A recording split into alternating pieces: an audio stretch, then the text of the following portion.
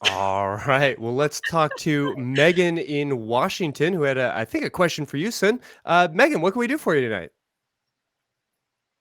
Hi, Sinn. I actually was curious about leave-in sex toys, like what you would recommend in that branch. As far as like I've looked on a lot on Adam and Eve, but like the the selection is so like immense that I just like don't even know where to start oftentimes. So that was the first part of my question was just um like a like the her Kegel kit versus like uh, glory balls, I think they're called, and the Benoit balls and stuff like that. Like, I'm just kind of curious as to what all that different kind of stuff does, or how um, what you would recommend. Okay, I kind of missed the very first part. You're asking about a specific type of sex toy? Yeah, you have any brand recommendations or like a particular type of toy, like the vibrating toys that you were talking about? Oh, I mean, if we're just talking about Um, sex toys uh, in general, Yeah. is that right, Megan? Actually, it's no, well the type is like discrete leave-in type sex toys. Oh, got Mm. you, got you, got you. Yeah, okay, great. So, I think the Benoit balls and stuff, that would be pretty discreet for sure, but I think you would want to get the ones that like vibrate or something like that. So I think, you're right. Adam and Eve, it's a great website and place to go, but it is just too big. I mean, Sure. you're gonna find those dildos we were talking about before. They cost like $10 and they're made of like really crappy material, all the way up to the most high end toys and just everything in between. So that site, it's kind of like throwing you to the wolves, and so I wouldn't recommend that. But I would recommend going to sites like goodforher.com. So that's like specifically toys that women, people with vaginas can use and enjoy. It kind of like focuses on that, as well as like the pleasure chest. It's a big site. There's lots of things to buy on there, but I'm gonna say that you're gonna have like a little more fine tuning on sites like that. Goodforher.com and like the pleasure chest as far as retail sex toys.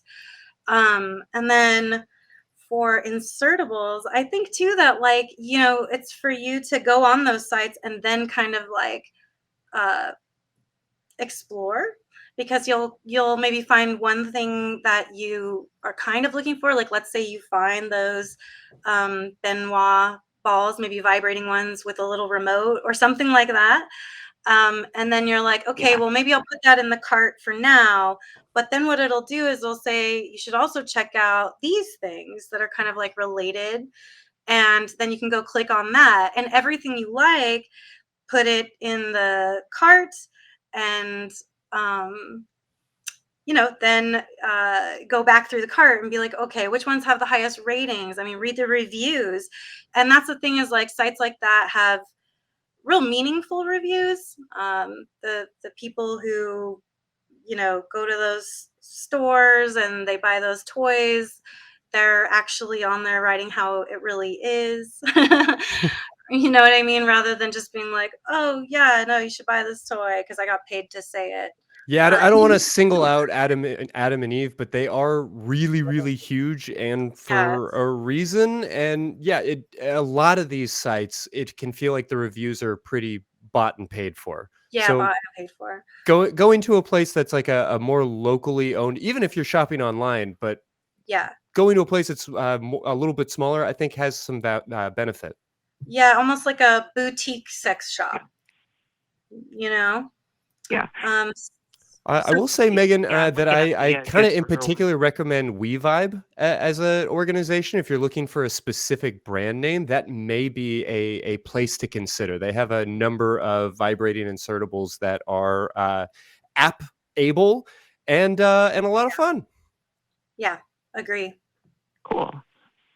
Yeah, and then so I guess my next question on that is, okay, so well, first I was gonna say, yeah, like one of my interests is definitely like the sex toys that can be operated from like a phone app. Those Mm-hmm. Yeah. seem pretty Yeah. interesting.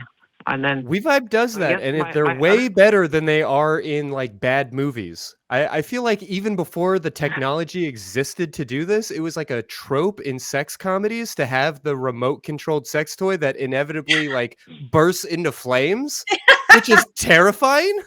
But now that Bluetooth technology has become pretty common, Yeah. it may cost you a couple $100s, and it may be a bit of a big expense, but there's some really quality stuff out there. Yeah, and then quality stuff too. Just know also when you pay more for the product, for the sex toy, it's going to last longer. The material is not going to be something you're allergic to. It's not going to like harm your skin or your body. So I know that sometimes they can seem like quite an investment, but it is an investment in your pleasure and in your body and your health. So Hmm. I think that maybe it's a treat you do like once a couple years or something, or it was like a holiday gift, but it's worth it. Yeah, treat it like an appliance. Yeah. It's something that you may potentially use every day to make your life a lot easier. yeah, because like one thing I do have is I got the deluxe wand massager off Adam and Eve, and I really like it, but mostly just for neck massages. Like everybody should own one. Like I mean, Agree. apparently Everyone it has should like have one. attachable sex toys also. Yep. Yeah, I've got some Yeah. of those too. And The only thing about that wand, we can't call it a Hitachi anymore, I but was about to say, I still have one of the old Hitachis that has like a Honda engine in it, and yes, that thing will never die. and yeah, that's yeah, just mine's trying got like it's to break plugs it. in. It's got 2 speeds. Yeah, Yep. Yes, that's the classic, and that's the one we love. We love yeah. her, but be careful because now they're made by the company is called Magic Wand, not Hitachi anymore. And Hmm. Magic Wand. So I had my Hitachi for Ah, like 10 years, and when that finally busted, I got the Magic Wand, and I've had like three over the course of 2 years Yeah. because it's just not that same quality. But and they're great for neck massages. I mean, that's what they were originally built for. I've So. honestly never tried a neck massage. I think just for the Let's see. novelty of it, the sheer weirdness of it. Exactly, yeah. But now they've even got so my another thing I bought at that sex toy store was called the Doxy, which also plugs in. And I like the simplicity of just the 2 speeds. This one has more speeds, but it doesn't throw you off with all the different like vibration patterns and shit, like because I hate that. But the Doxy is like yeah. reliable, powerful. It plugs into the wall, and you can get a pretty color, and so it's quite nice. And it's pricey, but I think it's worth Yeah, it. yeah, Yeah, yeah. The one, yeah, the one that I have actually is just the Adam and Eve brand magic wand, and yeah. it works really good. I mean, it's got 2 settings it plugs in. It's got like a lower setting that's really intense, and then it's got the high setting, which is like super omega intense. um, but I like it because I don't do a lot of like sexual stuff because like I'm a post-op trans woman, so I'm still committed to dilating like every day, like twice a Mm. day at present. So Mhm. like like with all that, like it starts to make it just seem like anything sexual would be a chore. But Sure, I like hear as that. time progresses and I won't have to dilate as often as time goes by, and then I'm gonna be wanting to explore more. So Yeah. on Well, that, happy Exactly. shopping. I hope you find the right thing to push your buttons. Definitely. Yeah. yeah.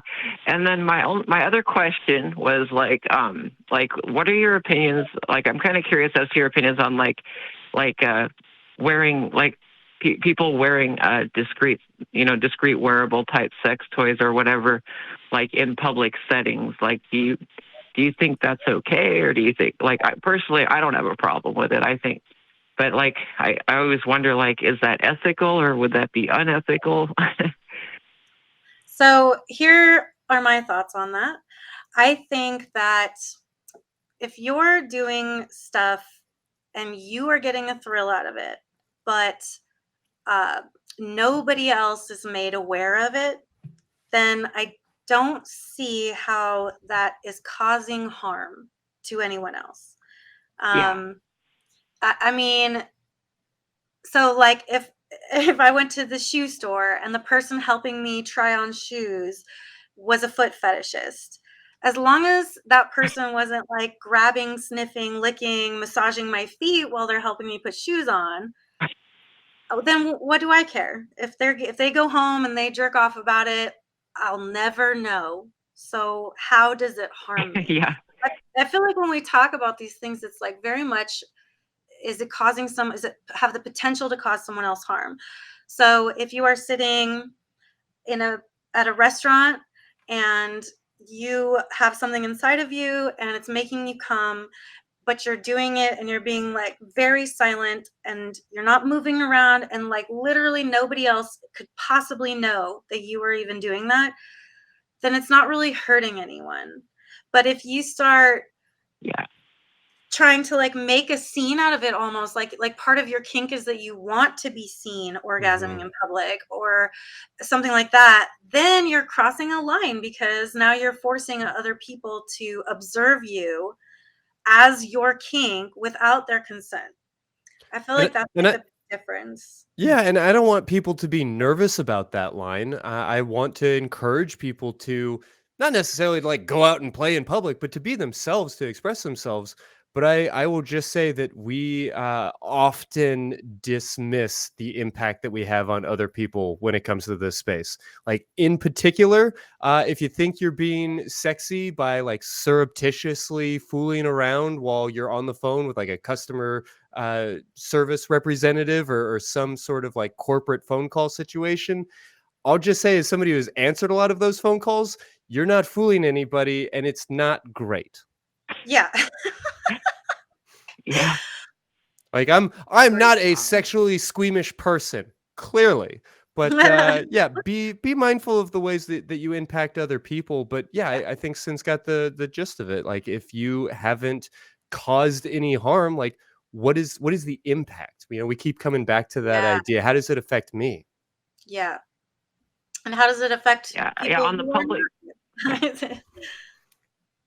not? On the actual public orgasm thing, I was gonna say, like, as far as like people that are interested in that, there's typically like clubs and scenes and stuff that are specific for that, 100%. like BDSM clubs and stuff. Yeah. Exactly. So, Yeah, but yeah, I like just mean like, yeah, Sunday just the brunch wearables, isn't you the know. way to do it. Yeah. Yeah. Yes. As long as you're not, like like in a restaurant, like you said, or whatever, and like Harry Met smoking loud Sally with and the other whole ordeal. Yeah. No. Mm-mm. Yeah. or No, there's kids stepbrothers. around.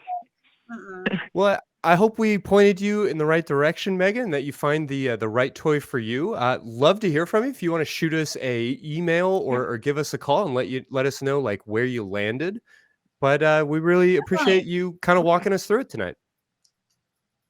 All right. Yeah, I got a couple the websites you recommended pulled up, so I'm gonna bookmark those and take a look through them. So, all right. Well, Yay. thank you. It's been a good call. Hey, thanks so much. You Thank have a you. great night. Okay.